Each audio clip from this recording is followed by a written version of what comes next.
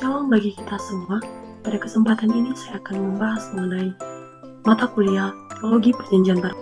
Pada bab 1 saya akan membahas introduksi Teologi Perjanjian Baru. Pada bagian A, pengertian teologi. Nah, kata teologi ini berasal dari dua kata, yaitu Theos dan Logos. Theos yang artinya Allah, dan Logos yang artinya firman, kata, dan perkataan. Jadi, kita dapat menyimpulkan bahwa teologi ini adalah ilmu yang mempelajari tentang Allah.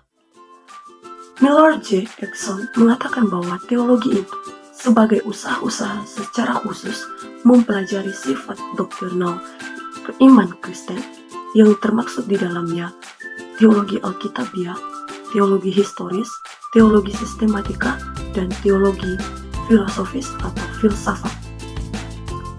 Pada abad pertengahan, para teolog merumuskan bahwa teologi ini diajarkan oleh Allah, mengajarkan tentang Allah, dan memimpin kepada Allah. Teologi is taught by God, teaches of God, and leads to God. Jadi, dalam hal ini, Allah lah berperan sebagai subjek, bukan sebagai objek. Allah lah yang sendiri yang menyatakan kebenarannya kepada umatnya. Jadi, teologi ini adalah kebenaran tentang Allah. Kita dapat simpulkan, dalam berteologi, Allah adalah sumber teologi yang terpenting. Di bagian B membahas teologi perjanjian baru. Nah, teologi perjanjian baru ini merupakan ilmu yang Alkitabiah yang bersifat deskriptif atau menggambarkan, yang dimana memuat 27 kitab. Ada terdiri dua bagian, yaitu fungsi teologi perjanjian baru. Nah, fungsi teologi perjanjian baru ini yaitu merupakan sebuah proses, sebuah usaha untuk mengenal Dia adalah Kristus, yang dimana kita dapat mengenal Allah secara detail melalui Alkitabiah. Nah, yang kedua yaitu pendekatan dalam teologi perjanjian baru. Nah, dalam melakukan pendekatan terhadap teologi perjanjian baru, kita menggunakan pendekatan teoritis, yang artinya sebuah pendekatan yang berpusat pada Allah dengan memakai metode, yaitu salah satunya metode analisis, yang berarti kita menyelidiki atau menyelidiki suatu peristiwa untuk mengetahui dan memahami keadaan yang sebenarnya. Dan metode yang lainnya seperti gramatikal, historis, dan kontekstual. Nah, dalam pendekatan teologi perjanjian baru ini, ada dua pokok yang paling penting dalam mempelajari teologi perjanjian baru, yaitu kita harus memahami bahwa Allah yang menginformasikan tentang dirinya dan nasib daripada manusia, dan Allah memperlihatkan dirinya dan memperlihatkan nasib daripada manusia.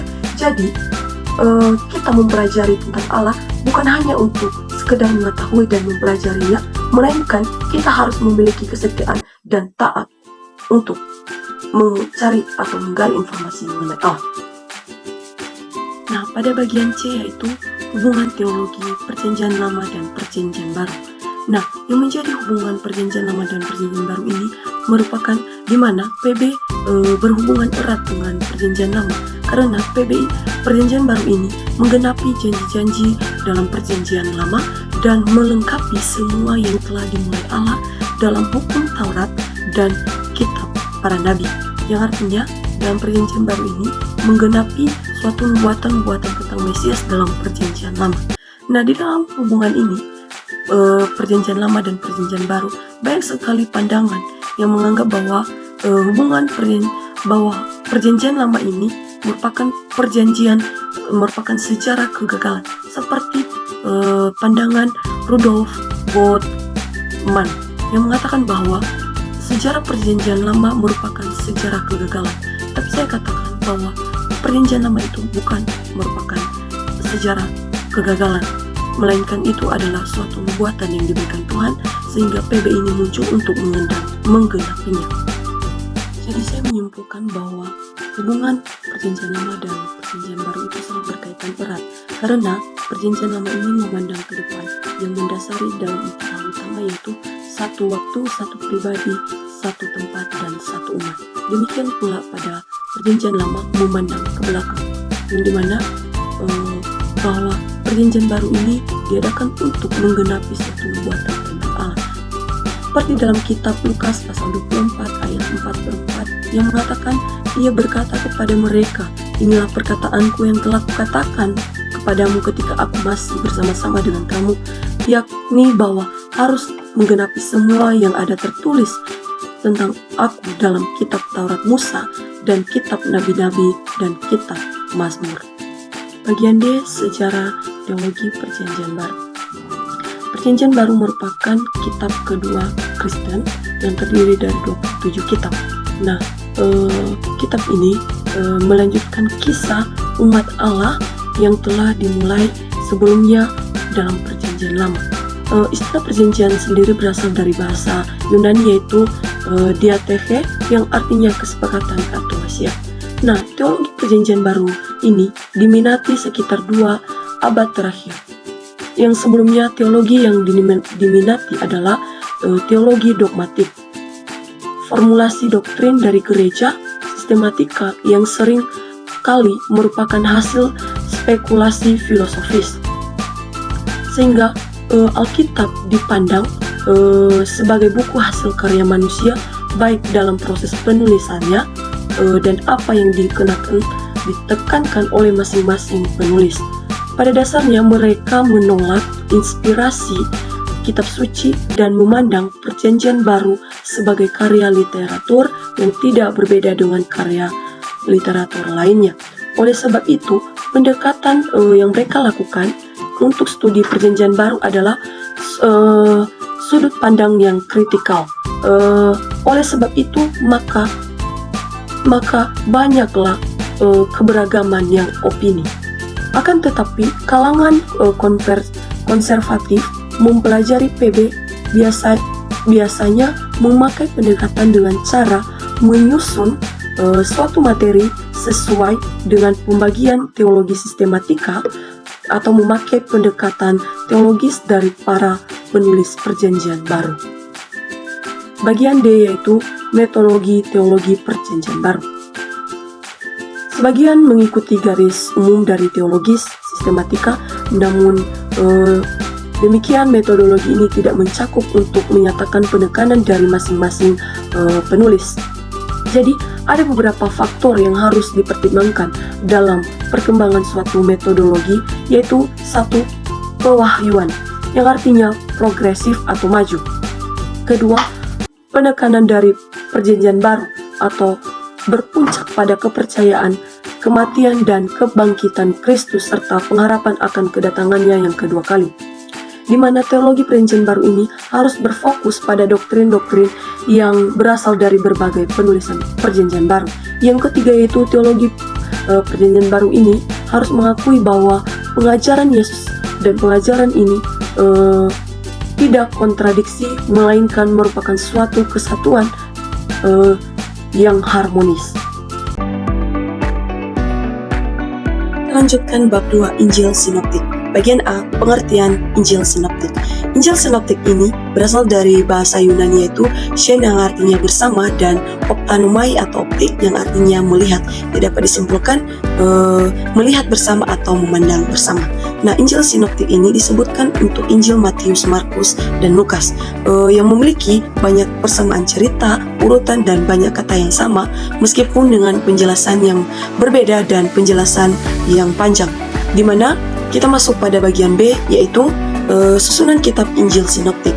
Nah, susunan kitab Injil Sinoptik dalam Perjanjian Baru ini merupakan sebuah rencana atau garis rencana Allah, di mana Matius ditempatkan menjadi urutan yang pertama, bukan karena dari segi dahulu yang ditulis, tetapi melainkan karena Injil Matius ini memiliki penggenapan perkembangan Injil sesuai dengan amanat Tuhan Yesus, di mana kita bisa melihat pada kitab Kisah Para Rasul pasal 1 ayatnya yang ke-8, di mana Injil Matius ini dialamatkan kepada orang Yahudi, dan kemudian Injil Markus dialamatkan kepada orang percampuran Yahudi dan Romawi atau Samaria, dan Lukas dialamatkan kepada orang Yunani.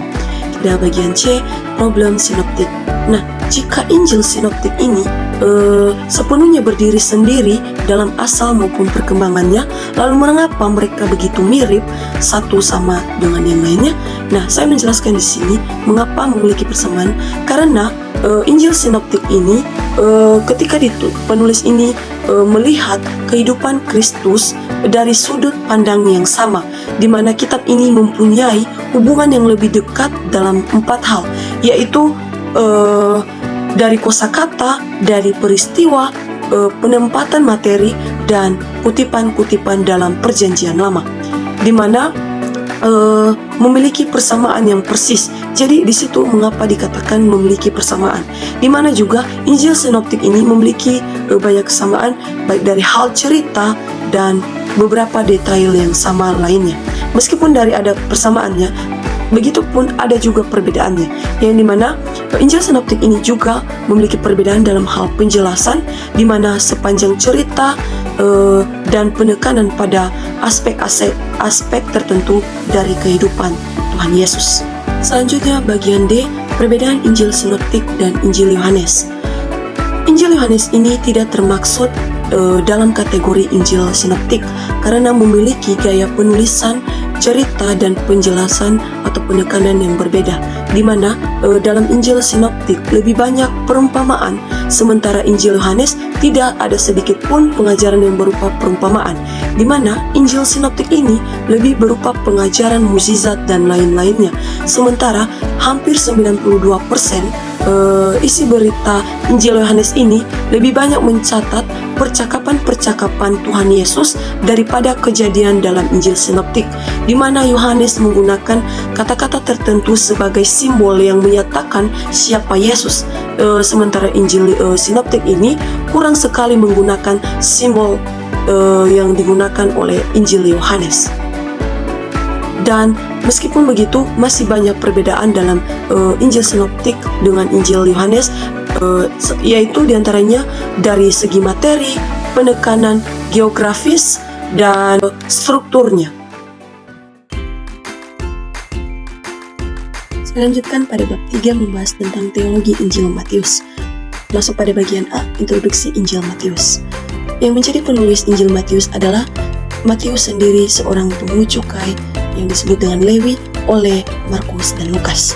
Mengapa Matius menulis Injil Matius sendiri? Karena Matius ini merupakan memiliki pengetahuan yang cukup mengenai penulisan cepat ketika masih menjalankan tugas sebagai pemungut cukai.